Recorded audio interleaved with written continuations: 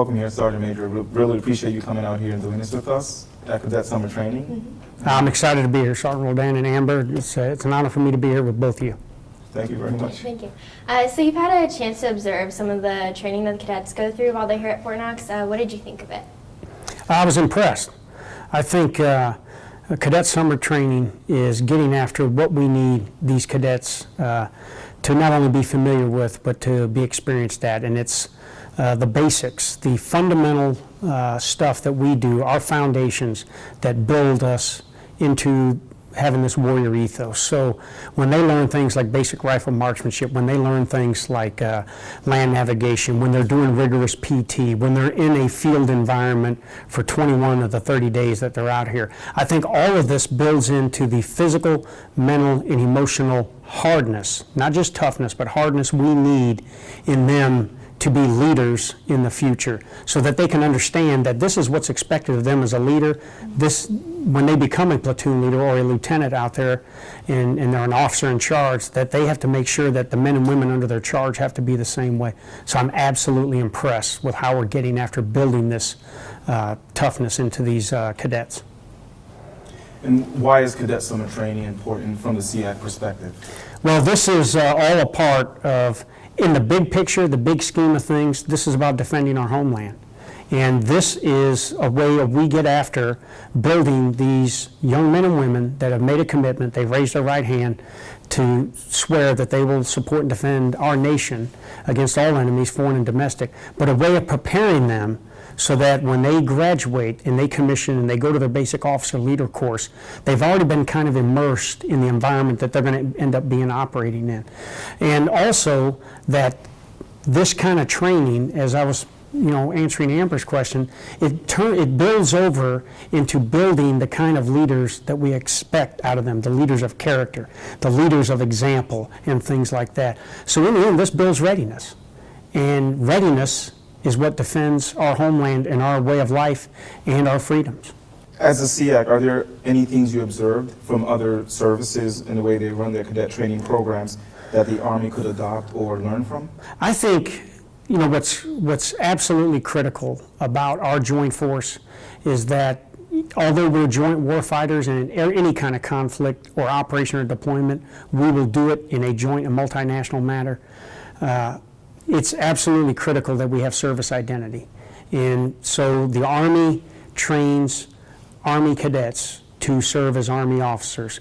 The same with the Navy and Marine Corps, for that matter, and the Air Force. So I think that service identity is important, and there are a lot of similarities in what we do, but I think each service does a great job of getting after what they need their young second lieutenants or ensigns to be as they enter their service for their Army, Navy, Air Force, or Marine.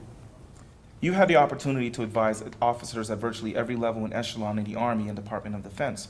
So what advice would you have for these cadets as they prepare themselves to become second lieutenants? Well, one, they have to understand they're going to be a leader. And they're going to be a leader of consequence out there, especially if they're in a place like Syria, Iraq, and Afghanistan. But even if they're in an assurance or deterrence mission in Eastern Europe or on the Korean Peninsula or in the South China Sea area or anywhere, that they have to be a leader of example, and they've got to be a visionary. Some people say that company-grade officers really don't need to have vision. I disagree with that. I think if you're a platoon leader and you have 30 infantrymen within your platoon, and you are the only DoD element in a country like Ethiopia or somewhere like that, where we're trying to assure allies, deter any kind of violent extremism efforts by Al-Shabaab or somebody like that, you have to have a vision of where your organization is and where you want that organization to be as you prepare for that deployment or while you're in that deployment, and some of the priorities you ought to have to get after that vision. And then be able to impart that kind of vision on your platoon sergeant or your non-commissioned officers to be able to get out and get after that mission, as well as developing the young men and women. So I think having a vision, having priorities are important, but then when they get there, understand that they're also there to learn, and that those non-commissioned officers within that organization are going to make them an excellent platoon leader or an excellent officer in charge, as their company grade officers, company commander, whoever, are going to make them a better platoon leader or OIC. So they got to have a vision, they got to have priorities, they got to understand they're in charge, but they also have to understand that they're there to learn and grow and develop. And the best way for them to learn is from the non-commissioned officers that they're going to be around every day. So, as someone who has dedicated your life to serving our nation, what advice do you have to millennials as we leave college and prepare to enter the workforce?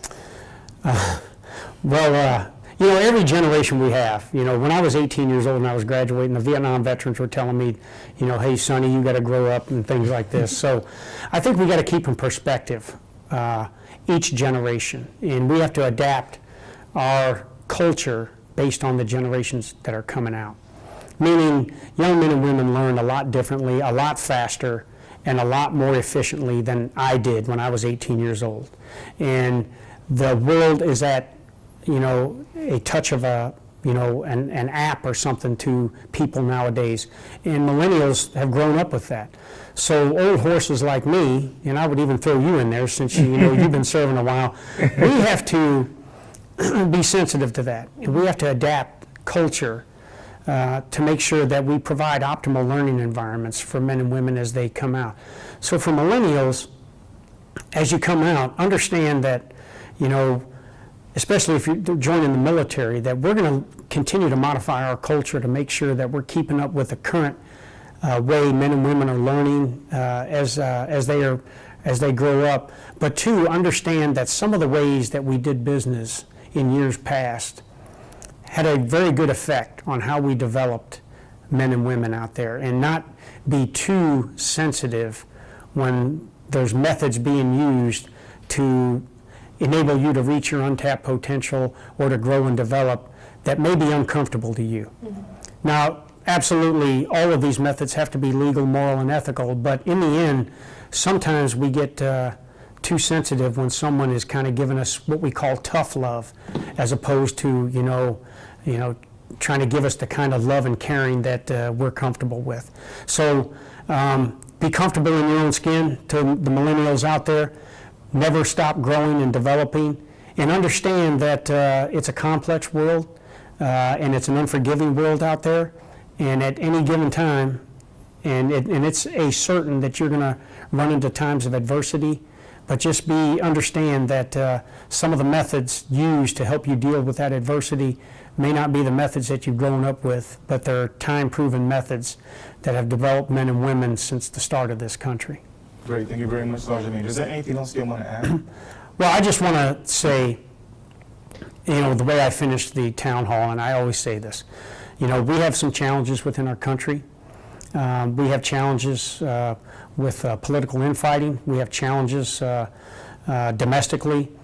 We have challenges with budget. We have challenges with threats that are arising around our nation.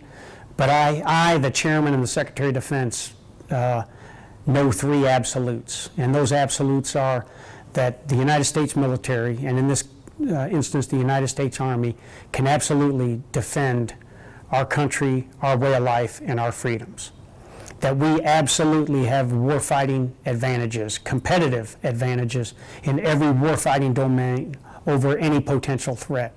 And three, we can absolutely meet our alliance commitments around the world to assure those allies and deter any kind of aggression against us and those allies. And last but not least, it's not an absolute, but it is an absolute, but it doesn't fall in those three, is the key thing on why we're the greatest military in the world is because of this competitive advantage we have in the human domain. Nobody in the world trains, educates, develops, trusts, and empowers people like we do. And in this case here at Cadet Summer Training, these cadets are going to go back, they're going to graduate next year, they're going to go to their basic officer leader course, and then they're going to be put in charge of an organization of men and women somewhere on some foreign soil, and they're going to be expected to lead because we've trained them, we've educated them, we can empower them because we trust them. And that's the message that needs to be sent, that we are still the greatest military in the world. Thank you. Thank you very much. Thank you very much, Sergeant Major. Appreciate you coming out, and we're honored to have you here. It's my honor to be here. Thank you so much. Thank you.